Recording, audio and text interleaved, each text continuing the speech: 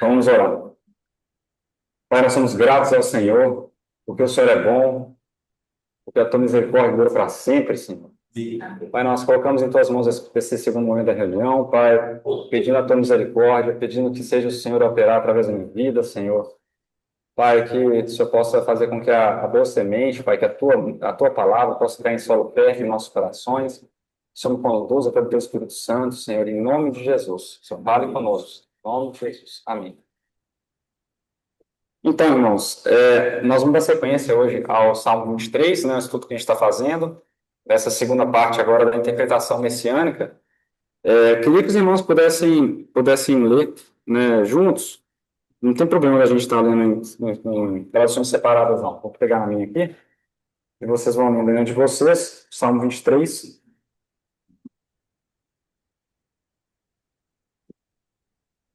Salmo de Davi.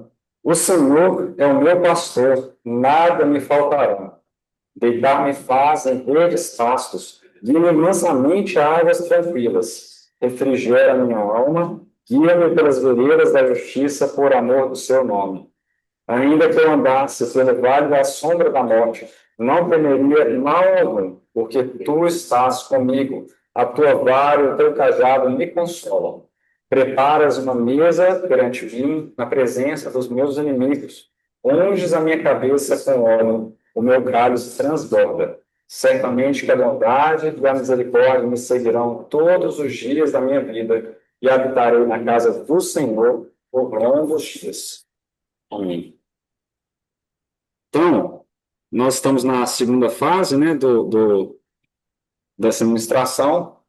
Hoje o objetivo nosso é trabalhar o versículo 4, né, para os irmãos que não participaram, depois podem pegar as gravações, né, e a gente começou falando, né, por que que assim, que esse salmo é um salmo messiânico, né, então a gente começou ali pelo Salmo de Davi, o Senhor é meu pastor, né, a segunda parte, nada me faltará, faz falar ali da encarnação do Senhor, depois deitar-me faz em verdes pastos da sua infância, guia-me mansamente a águas tranquilas, a gente falou sobre o batismo, refrigera minha alma, a gente falou sobre a tentação no deserto, guia-me pela vereda da justiça, por amor do seu nome, a gente falou da vida justa do Senhor,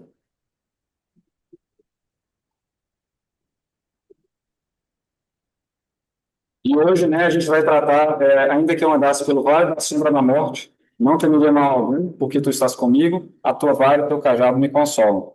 Que vai falar da rejeição que o Senhor sofreu em relação aos judeus. Bom, então a gente vai trabalhar hoje, inicialmente, essa expressão sombra da morte. Lá em Jó, capítulo 24, versículos 15 a 17. Então, quem quiser pode abrir.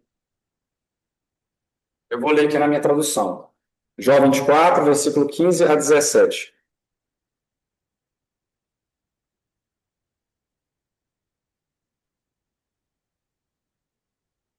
Assim como o olho do adúltero aguarda o crepúsculo, dizendo: não me verá olho nenhum, e oculta o rosto, nas trevas minam as casas que de dia se marcaram, não conhecem a luz. Olha só, porque amanhã, para todos eles, é como sombra de morte, pois sendo conhecidos, sentem os pavores da sombra da morte. Então, porque amanhã para todos eles é como sombra de morte, pois sendo conhecidos, sentem os pavores da sombra da morte. Então, basicamente aqui eles estão fazendo coisas erradas, né, na parte da noite e não querem ver a luz porque vai revelar ali o que eles estão fazendo e eles sentiriam ali a iminência da morte, né, como consequência do que eles fizeram. Jeremias 2, versículos 5 a 7.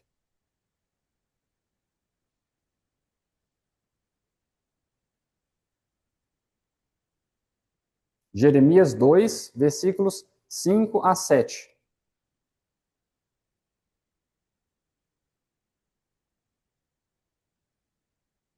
Também ocorre essa expressão também. Fala assim: assim diz o Senhor, Que injustiça acharam vossos pais em mim, para se afastarem de mim, indo após a vaidade e tornando-se levianos? E não disseram: onde está o Senhor que nos fez subir da terra do Egito, que nos guiou através do deserto, por uma terra árida e de covas, por uma terra de sequidão e sombra de morte, por uma terra pela qual ninguém transitava e na qual não morava homem algum? E eu vos introduzi numa terra fértil para comerdes o seu fruto e o seu bem, mas quando nela entrastes, contaminastes a minha terra e da minha herança fizestes uma abominação. Lá no meiozinho desse trecho tem uma estrutura poética, assim, pelos hebreus, né? Existia uma poesia que era combinações de ideias, né? Que a gente vê muito em Provérbios, repetições de ideias e contrastes de ideias. Nesse caso, a gente vê aqui uma repetição de ideias, e na estrutura que eles fazem uma ideia A, uma ideia B, uma ideia B, uma ideia A. Então, no meio tem um espelhamento, né? Então, se a gente for aquela parte assim, ó, que nos guiou através do deserto, por uma terra árida e de covas, por uma terra de sequidão e sombra de morte, por uma terra pela qual ninguém transitava e na qual não morava homem algum. Então, a gente começa falando de deserto, né, que é o conceito de deserto como aquilo onde não habita ninguém. Então, lá embaixo ele repete, né, por uma terra pela qual ninguém transitava e na qual não morava homem algum.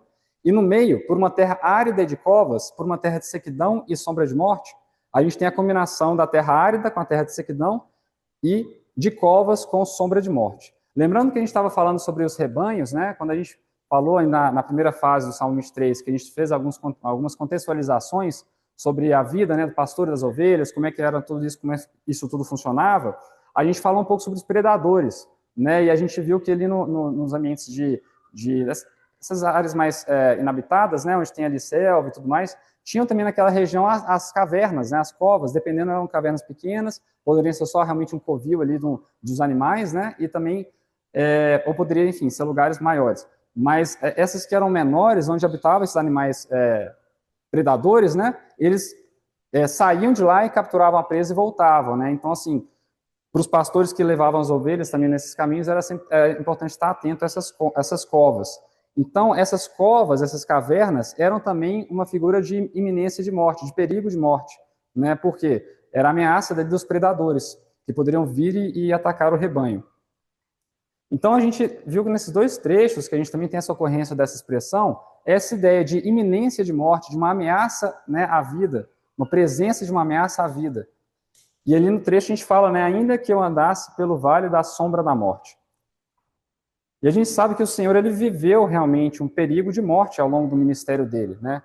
Quando lá em Lucas 4, ele, né, em sua cidade ali em Nazaré, Lucas 4, 28 a 31, ele tem ali uma ocasião em que vem esse perigo também, né? Lucas 4, 28 a 31. Fala assim: e todos na sinagoga, ouvindo essas coisas, se encheram de ira. E levantando-se, o expulsaram da cidade e o levaram até o cume do monte em que a cidade deles estava edificada, para dali o precipitarem. Ele, porém, passando pelo meio deles, se retirou e desceu a Cafarnaum, cidade da Galileia, e os ensinava nos sábados. Então, assim, esse evento não foi um evento isolado na vida do Senhor, né? A gente vê uma intensificação, né, dessa questão, né? Começa ali com uma estranheza e chega num ponto, né, em que realmente uma decisão, né, da parte dos judeus ali, dos fariseus, e doutores da lei. É interessante a gente pensar essa expressão, os judeus, que acontece muito no Evangelho de João. É curioso a gente pensar, todo mundo é judeu, né? Inclusive o Senhor Jesus era judeu. Então, assim, quem são os judeus que tem no Evangelho de João? Exceto por duas ocasiões em que fala da festa dos judeus, e uma outra, que eu não estou lembrando agora, são dois momentos ali em que tem essa expressão, os judeus, e não significa especificamente essas autoridades dos judeus, né? Que eram ali os fariseus, enfim, as autoridades dos fariseus e dos doutores da lei, que também é o Sinédrio ali também, né? Aquela autoridade que eles tinham né, da religião ali no momento. Então, aqui a gente vai ler lá em Lucas, tem um trecho maior, mas eu vou aqui pescar alguns versículos, os irmãos leiam depois Lucas 11, ali a partir do versículo 39, eu vou pescar o 39, o 46 e o 53 e 54, só para poder colocar um ponto aqui para a gente. Lucas 11, 39, depois o 46, o 53 e o 54. E o Senhor lhe disse: Agora vós, os fariseus, limpais o exterior do copo e do prato, mas o vosso interior está cheio de rapina e maldade. E ele, né, Senhor Jesus, lhe disse, agora o 46, ai de vós também, doutores da lei, que carregais os homens com carga difícil de transportar, e vós mesmos nem ainda, com um dos vossos dedos, tocais essas cargas. Agora, 53 e 54.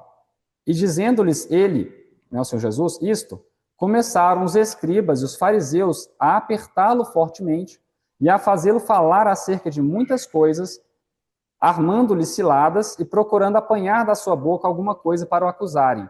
Então, é nessa intensificação dessa perseguição, que depois, né, ela se traduz numa rejeição, né, por parte das autoridades dos judeus ali, ela vai acontecendo ao longo do ministério. Então, no início, eles tentam pegar assim, deve ser só mais um oportunista, mais um né, professor aqui querendo, mais um mestre aqui querendo levar vantagem. Depois, eles vão, na verdade, tendo evidências de que não, e mesmo assim, eles se negam a crer no Senhor, né?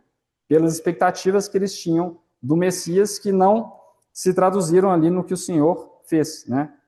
Naquele momento. Aí agora, lá em Marcos 3, para ilustrar esse último estágio, Marcos 3, versículo 1, 2, e 6 e 7. Primeiro, só para situar, né, o contexto dessa situação. Então, versículo 1 e 2 para a gente situar, e depois versículo 6 e 7. Marcos 3.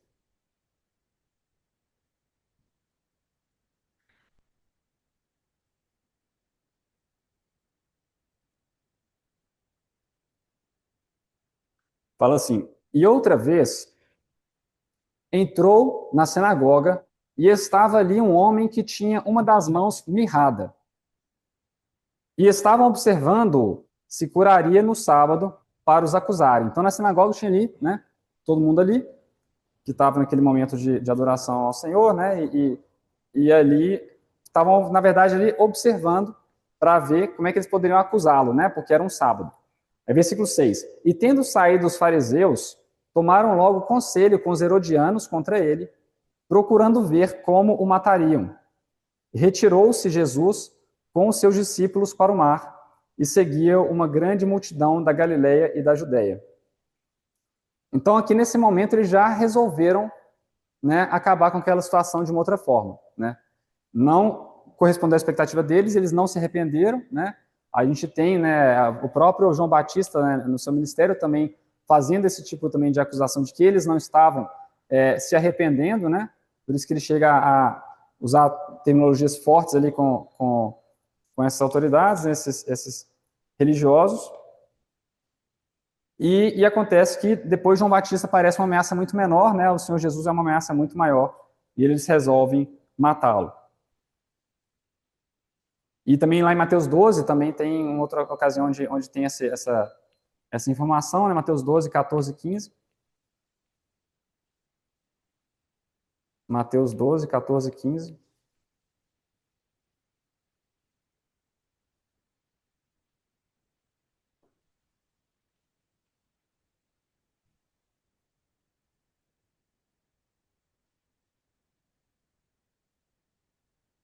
E fala assim, né? E os fariseus, tendo saído, formaram conselho contra ele para o matarem. Formaram conselho contra ele para o matarem. Jesus, sabendo disso, retirou-se dali e apanharam-nos e acompanharam-no grandes multidões, e ele curou a todas. E assim, é muito interessante ver esse movimento também no Evangelho de João. Deixa eu pegar só um. eu ver se eu consigo encontrar esse texto aqui.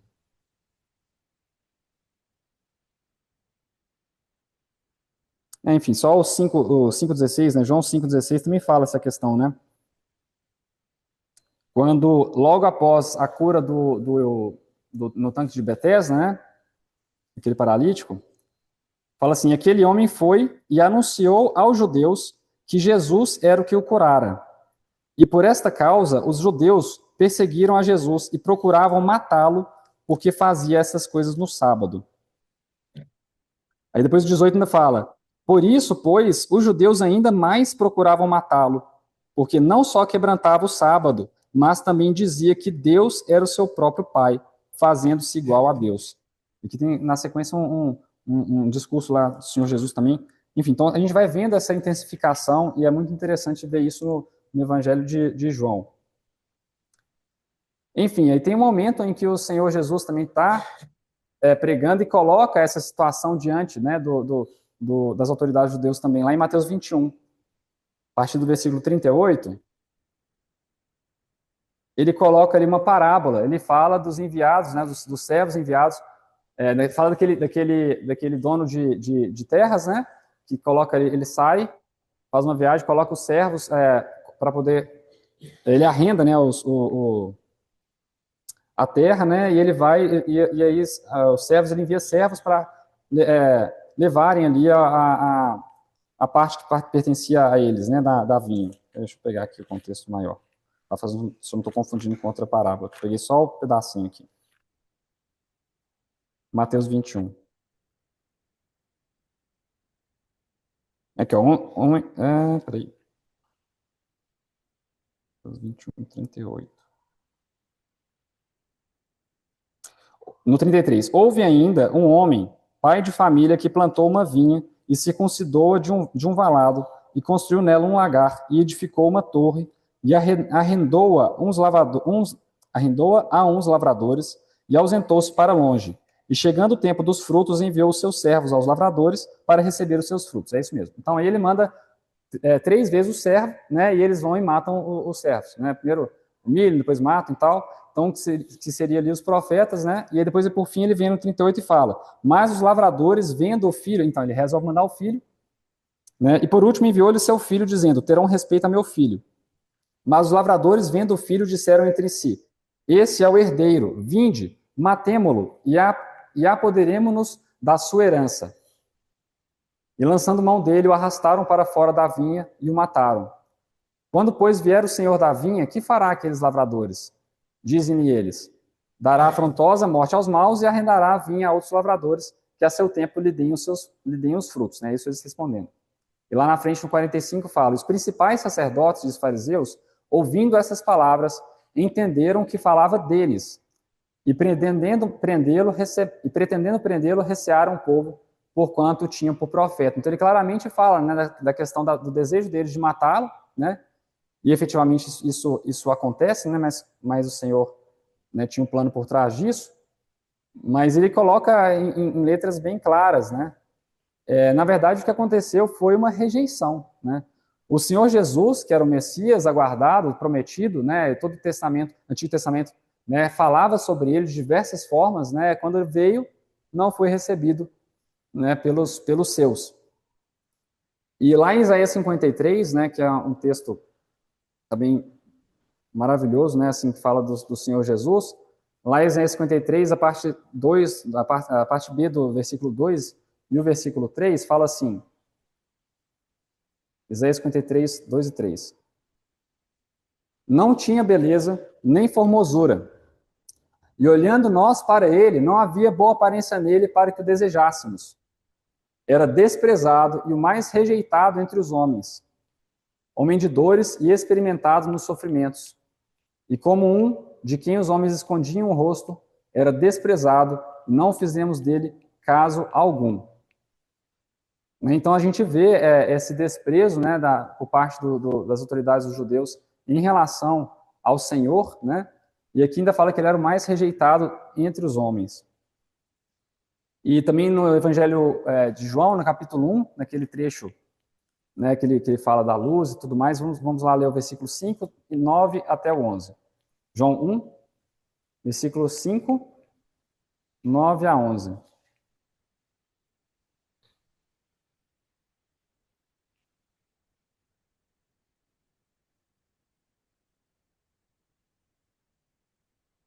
E a luz resplandece nas trevas, e as trevas não a compreenderam. Ou seja, a luz, ela brilha, né? Apesar das trevas. Agora, versículo 9 a 11. Ali estava a luz verdadeira, que ilumina todo homem que vem ao mundo. Estava no mundo, e o mundo foi feito por ele, e o mundo não o conheceu. Veio para o que era seu, e os seus não o receberam. Então, essa questão de que o Senhor Jesus, né, ele veio num povo preparado para recebê-lo, um povo que Deus escolheu para trazer a salvação à humanidade, né, e esses seus não o receberam, né, não completamente, né. E aí, quando o Senhor Jesus está conversando com Nicodemos, né, que é muito interessante também, porque Nicodemos era, né, uma figura de autoridade também, e ele fala: nós sabemos, né, que você vem de Deus. Ele fala isso lá em João 3, né, quando ele aborda o Senhor Jesus, né. Ele fala assim, no versículo 2, enfim, 3 e 1. 3, 1 e 2. E havia entre os fariseus um homem chamado Nicodemos, príncipe dos judeus. Então, ele era uma figura de autoridade. Este foi ter de noite com Jesus e disse-lhe: Rabi, bem sabemos que és mestre, vindo de Deus, porque ninguém pode fazer estes sinais que tu fazes se Deus não for com ele. Né? E assim, e o Senhor Jesus tinha acabado também de passar ali, fazer sinais na festa da Páscoa, e o Senhor Jesus, enxergando os corações, ele fala que ele não confiou neles, né? Lá logo atrás, na sequência desse texto, né? Que a gente tem a quebra do número do capítulo, mas na verdade a cena começa ali começa antes, né? Então, no 23 fala assim, no capítulo 2, versículo 23, e estando ele em Jerusalém pela Páscoa, durante a festa, muitos, vendo os sinais que fazia, creram no seu nome.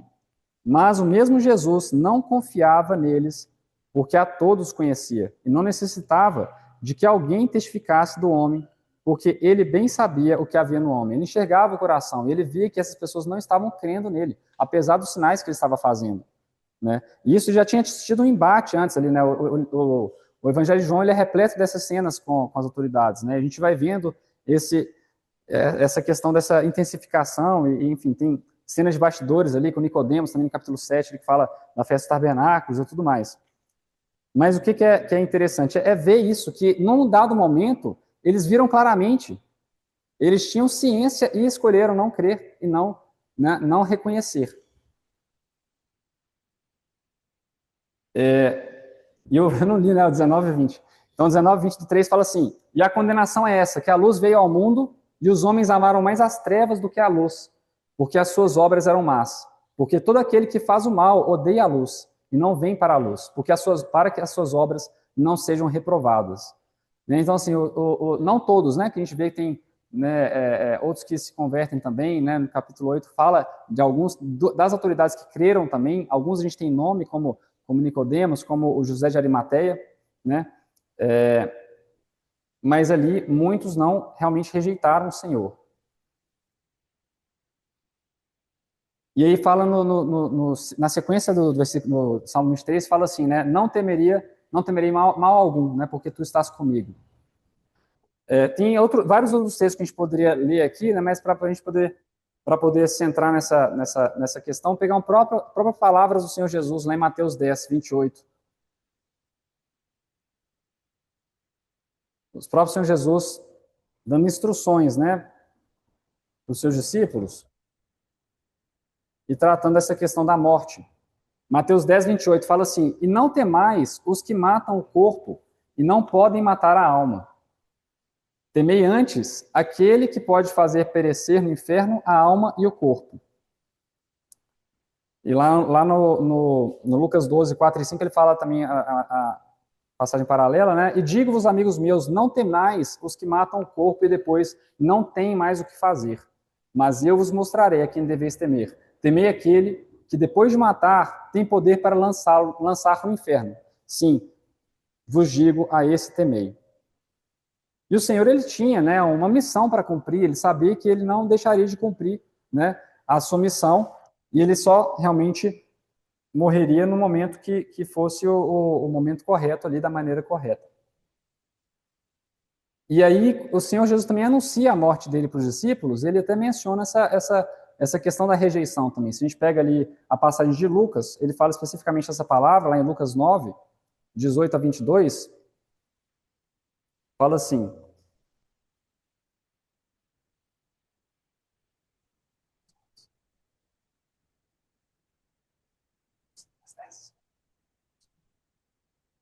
e aconteceu que, estando ele, né, Jesus, só, orando, estavam com ele os discípulos, e perguntou-lhes, dizendo: quem diz a multidão que eu sou? E respondendo eles, disseram: João o Batista, outros Elias, e outros que um dos antigos profetas ressuscitou. E disse-lhes, né, o Senhor Jesus disse-lhes: e vós, quem dizeis que eu sou? E respondendo Pedro disse: o Cristo de Deus. E admoestando-os, mandou que a ninguém referissem isso, dizendo: é necessário que o Filho do Homem padeça muitas coisas, e seja rejeitado dos anciãos, e pelos principais sacerdotes, e dos escribas, e seja morto, e ressuscite ao terceiro dia. E essa questão da vida dele, que pertence a ele, só ele, né, tem poder para entregar, está lá em João 10, João 10 também, que tem essa temática do pastor e das ovelhas, né, que começa, na verdade, em João 9, essa conversa dele com os fariseus, logo depois da cura do cego, né, que ficava na porta do templo, né, fala assim, João 10, versículo 11, eu sou o bom pastor dá a sua vida pelas ovelhas, o bom pastor dá a sua vida pelas ovelhas. Agora lá no 17 a 19 fala assim, por isso o Pai me ama, porque dou a minha vida para tornar a tomá-la. Ninguém me tira de mim, ou seja, ninguém tira a minha vida de mim, né? Mas eu de mim mesmo a dou. Tenho poder para dar e poder para tornar a tomá-la. Este mandamento recebi de meu Pai. Tornou, pois, a haver divisão entre os judeus por causa dessas palavras. Né? Isso, então, você vê que nessa cena também, né, que começa lá no João 9, também tem já essa questão da divisão entre os judeus, ou seja, alguns estavam ali inclinados a crer, né, a reconhecer, outros não, né? E depois aparece alguns ali nomeados, igual eu já falei, né? Mas existia essa questão, né? E no capítulo de João a gente tem muito esse foco. É interessante os irmãos depois olharem com cuidado o Evangelho de João com esse olhar, procurando esses momentos, né? Entre o Senhor Jesus e as autoridades ali. E aí a gente pensa, por que essa rejeição? Né? Por que essa rejeição? E aí tem aquele trecho no final do versículo 4 que fala, o teu bordão e o teu cajado me consolam. Então a gente viu lá na questão do bordão e do cajado, né? O bordão, ou a vara, ela era para aquele momento de correção, né? Em que uma ovelha começava a fugir e o pastor dava uma varada para impedir aquela ovelha de sair para longe, né? E quando ela saía para longe, às vezes ainda dependendo, ele conseguia alcançá-la com o cajado e puxar de volta, né? Ou mesmo às vezes o cajado era para segurá-la ainda num outro momento, se ela estivesse prestes a cair, alguma coisa nesse sentido, né? Então essa questão da correção e do resgate, né? E isso o Senhor ele fez com os judeus também, né? Então a gente tem um trecho muito precioso ali em Romanos 11, que começa na verdade antes, em Romanos 10, que fala dessa dinâmica entre os judeus, né, agora pensando no povo judeu como um todo, e nós, os gentios, né? Então a gente vai ler alguns trechos aqui que eu separei, também encorajo os irmãos a lerem os capítulos ali, né, 10 e 11 de Romanos, com esse pensamento no coração, mas ele é bem direto, né, que se trata desse assunto, e fala assim, versículo 10, de 1 a 4, Romanos 10, de 1 a 4, começa assim.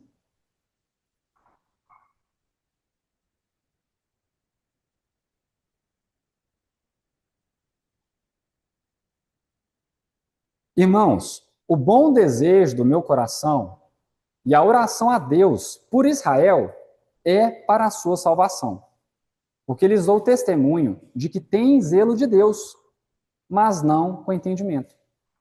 Porquanto, não conhecendo a justiça de Deus e procurando estabelecer a sua própria justiça, não se sujeitaram à justiça de Deus. Porque o fim da lei é Cristo, para a justiça de todo aquele que crê.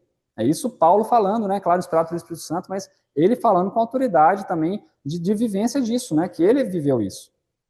O tempo em que rejeitou o Senhor, mas que o Senhor depois o alcançou e ele reconheceu e passou a proclamar isso.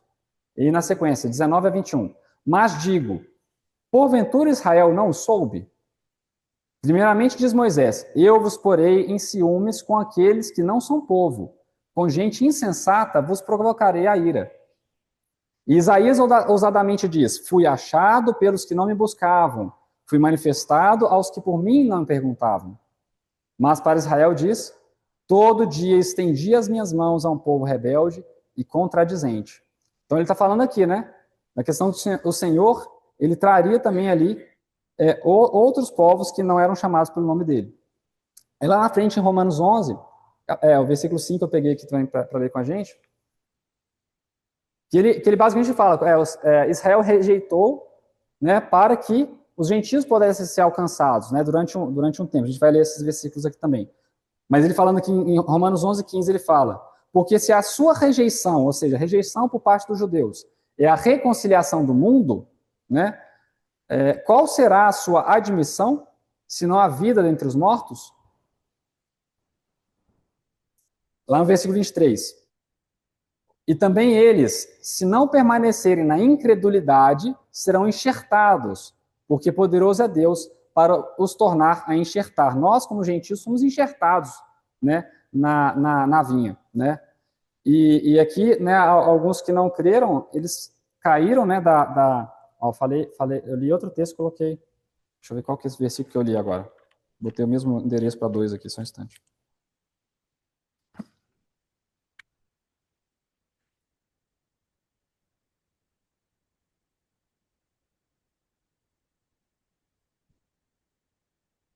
Isso, então eu li certo, né? Agora o outro aqui, que deixa eu ver qual que é. Agora é o 25. 11, 25. Porque não quero, irmãos, que ignoreis este segredo, para que não presumais de vós mesmos, que o endurecimento, né, dos judeus, né, veio em parte sobre Israel, até que a plenitude dos gentios haja entrado. Né? Então, assim, era essa janela dos gentios que estava sendo aberta ali no momento da rejeição. E a gente vê isso acontecendo também na prática em Atos, né? No livro de Atos, que eles tem um momento que eles param de ficar ali por causa da perseguição e espalham mais ainda ali ao alcance e vai alcançar muitos gentios. Romanos 11, 30 a 33. Porque assim como vós também antigamente fostes desobedientes a Deus, mas agora alcançastes misericórdia pela desobediência deles, assim também estes agora foram desobedientes, para também alcançarem misericórdia pela misericórdia a vós demonstrada. Porque Deus encerrou a todos debaixo da desobediência, para com todos usar de misericórdia. Ou seja, né, gentios e judeus. Ó profundidade das riquezas, tanto da sabedoria como do conhecimento de Deus. Quão insondáveis são os seus juízos, quão inescrutáveis os seus caminhos, né? Então, Paulo aqui exaltando o Senhor pela sabedoria dele, né? E aqui, né, do trecho lá em João 10 que eu li um pedaço, eu pulei 3 versículos aqui de propósito para a gente ler agora, porque isso fala dessa questão. João 10, versículos 14 a 16.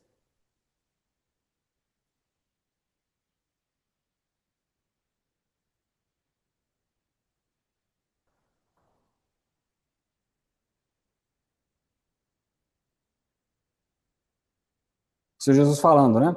Eu sou o bom pastor e conheço as minhas ovelhas. E das minhas ovelhas, né, sou conhecido. Assim como o Pai me conhece a mim, também eu conheço o Pai e dou a minha vida pelas ovelhas. Então aqui, né, ele está falando, eu sou pastor, as minhas ovelhas me conhecem, assim como o Pai me conhece a mim, ou seja, o Pai é o pastor dele e eu também conheço o Pai, ele é a ovelha do Pai, né, o que é o que a gente tem estudado nessa interpretação do Salmo 23, e dou a minha vida pelas ovelhas. Ainda tem outras ovelhas que não são deste aprisco. também me convém agregar estas, e elas ouvirão a minha voz, e haverá um rebanho e um pastor. Né? Então, assim, o Senhor, ele falando claramente aqui, né, que ele ainda ganharia ali, juntaria as ovelhas que não eram daquele aprisco, né, de Israel. Louvado seja o Senhor, né? E haverá um rebanho e um pastor. Então, essa questão da vara, né, e o cajado, consola o Senhor no sentido de que ele estava ali, diante do povo, preparado para receber a salvação, eles estavam rejeitando-no, mas no seu coração ele se consolava, porque ele sabe que isso fazia parte do plano do Senhor, para ter uma rejeição, para que pudessem ser alcançados os gentios, como nós, e aí, enfim, né, ainda haverá o momento em que Israel grandemente se dobrará diante do Senhor e reconhecerá, né? E nesse momento já será a volta do Senhor. Nós aguardamos esse dia, né? Mas nós louvamos ao Senhor que ele cumpriu o seu chamado, o seu propósito, né? A gente tem estudado aqui sobre o Salmo 23, que fala dos dias do Senhor, né? Que ele veio a essa terra para nos salvar. E é isso que eu queria trazer para os irmãos. Acho que de novo eu corri, mas eu creio que o Senhor pode completar e vamos orar para ele ele complete nos nossos corações, né? Aquilo que ele tem como propósito. Quem pode orar por nós? Você ora por nós? Vou orar, amigo.